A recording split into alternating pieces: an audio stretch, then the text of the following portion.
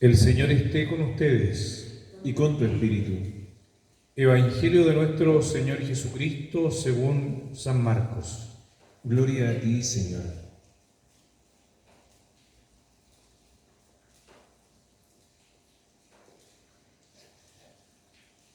Jesús llegó a Jerusalén y fue al templo. Y después de observarlo todo, como ya era tarde, salió con los 12 hacia Betania. Al día siguiente, cuando salieron de Betania, Jesús sintió hambre.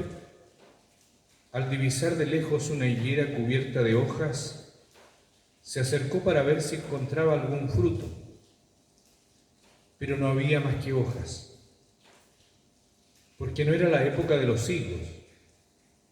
Dirigiéndose a la higuera, le dijo: que nadie más coma de tus frutos. Y sus discípulos lo oyeron. Cuando llegaron a Jerusalén, Jesús entró en el templo y comenzó a echar a los que vendían y compraban en él. Derribó las mesas de los cambistas y los puestos de los vendedores de palomas, y prohibió que transportaran carga por el templo. Y les enseñaba: ¿acaso no está escrito: mi casa será llamada casa de oración para todas las naciones? Pero ustedes la han convertido en una cueva de ladrones. Cuando se enteraron, los sumos sacerdotes y los escribas buscaban la forma de matarlo, porque le tenían miedo, ya que todo el pueblo estaba maravillado de sus enseñanzas. Al caer la tarde, Jesús y sus discípulos salieron de la ciudad. A la mañana siguiente, al pasar otra vez, vieron que la higuera se había secado de raíz. Pedro, acordándose, dijo a Jesús: Maestro, la higuera que has maldecido se ha secado. Jesús le respondió: tengan fe en Dios, porque yo les aseguro que si alguien dice a esta montaña: retírate de allí y arrójate al mar, sin vacilar en su interior, sino creyendo que sucederá lo que dice, lo conseguirá. Por eso les digo, cuando pidan algo en la oración, crean que ya lo tienen y lo conseguirán. Y cuando ustedes se pongan de pie para orar, si tienen algo en contra de alguien, perdónenlo. Y el Padre que está en el cielo les perdonará también sus faltas. Palabra del Señor. Gloria y honor a ti, Señor Jesús. En ti, Señor, hemos puesto nuestra fe. En ti, Señor, hemos puesto nuestra fe. Tomen asiento, hermanos y hermanas.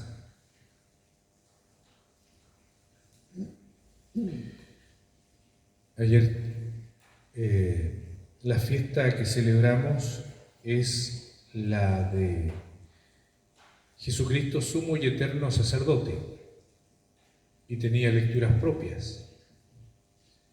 La lectura propia que venía en la feria es el Evangelio de Marcos. No quiero dejar de pasar ese Evangelio porque es el ciego que está al lado del camino. ¿Y por qué no lo dejo pasar? Porque si bien pasa como devolverle la vista al ciego, si uno lee el Evangelio de Marcos en la perspectiva del discípulo, es el modelo de discípulo.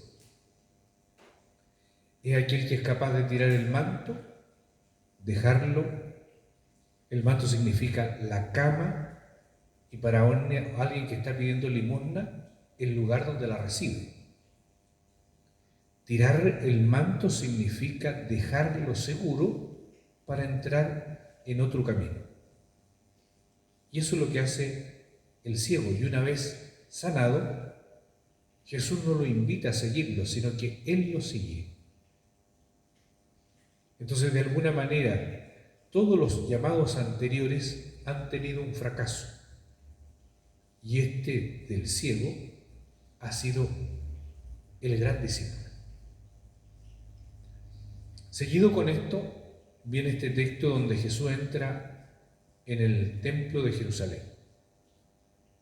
Nosotros habitualmente homologamos rápidamente templo a la iglesia de la esquina que tengo, la de la cuadra o la catedral.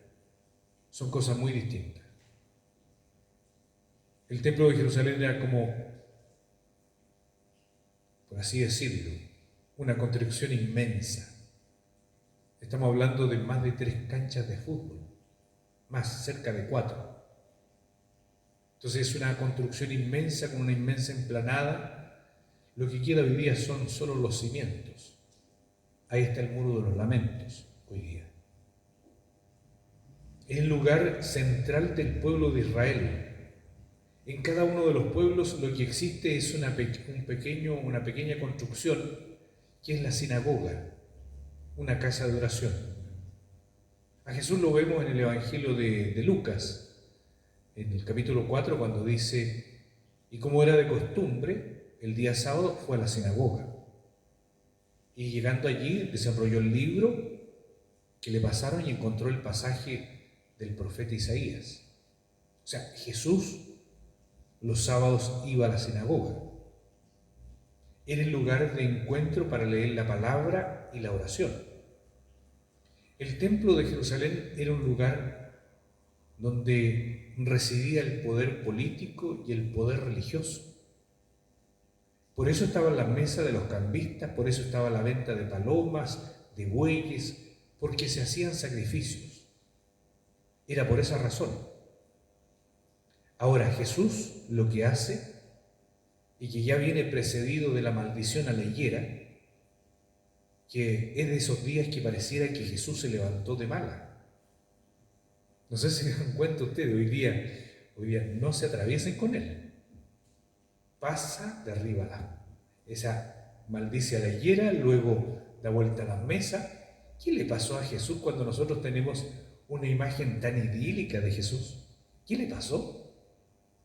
¿O será que la imagen idílica que nosotros tenemos no representa verdaderamente la imagen de Jesús? ¿Él es pacífico, humilde? No, Él es firme. Es firme en lo que cree. Él viene a dejar una buena noticia y por eso tiene que, de alguna manera, secar la higuera. La higuera significa, en términos bíblicos, el pueblo de Israel. Pero ¿qué es lo que espera Dios? De hecho, lo va a hacer con una segunda higuera. En ese, cuando la aporca, cuando no ha dado fruto, y al próximo la corto. El otro ejemplo de la higuera. Y la higuera va a aparecer muchas veces, o la vid también, como imagen. Pero sobre todo la higuera representa a este pueblo que le fue entregada esta misión de anunciar la salvación a todos los pueblos. ¿Y en qué se transformó? En un lugar de exclusión completo. Solo el que tenía las posibilidades podía entrar en una comunión más estrecha con Dios. Los que no tenían eran unos malditos de Dios. Así lo dice los textos que están ahí. Entonces Jesús viene a cambiar este modo. Viene a cambiar, y si ustedes se fijan, al final del Evangelio va a hablar de este otro modo. Un modo que está más al interior. Un modo que está diciendo: si estás convencido verdaderamente, lo que pidas va a acontecer. Si le pides a esa montaña que se vaya al mar, si lo dices con seguridad en tu interior y lo pides desde el fondo, va a ocurrir. Y curiosamente, también coloca: cuando te pongas de pie, Dice, cuando te pongas de pie para orar. ¿Se fijaron en eso? ¿Por qué nosotros oramos de pie? Fíjense que oramos siempre de pie. Oremos y nos ponemos de pie. Siempre cuando decimos la palabra oremos, nosotros estamos de pie. Cuando rezamos el Padre Nuestro, incluso levantamos las manos.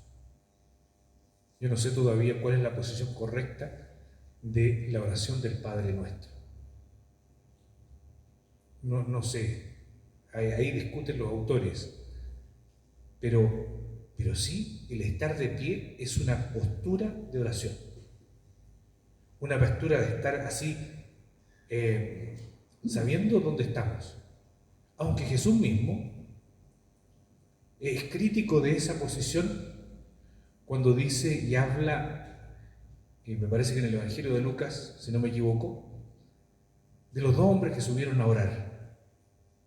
Uno era fariseo y el otro era publicano. Y uno se paró, se puso de pie adelante y dijo: Señor, te doy gracias porque me has regalado todo esto, soy bueno, soy tanto, y no soy como ese desgraciado de atrás. No lo dijo con esas palabras, pero lo pensó. Entonces, después pone la imagen del publicano que dice que no se animaba a levantar la cabeza, así medio encorvado.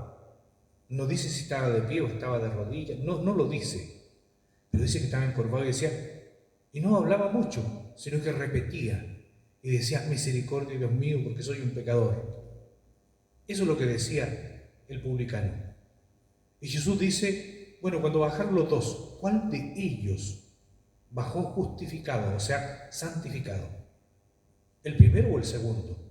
¿El que estaba adelante o el que estaba atrás? Y dice el que estaba atrás. ¿Por qué? Porque el que se eleva será humillado y el que se humilla será elevado.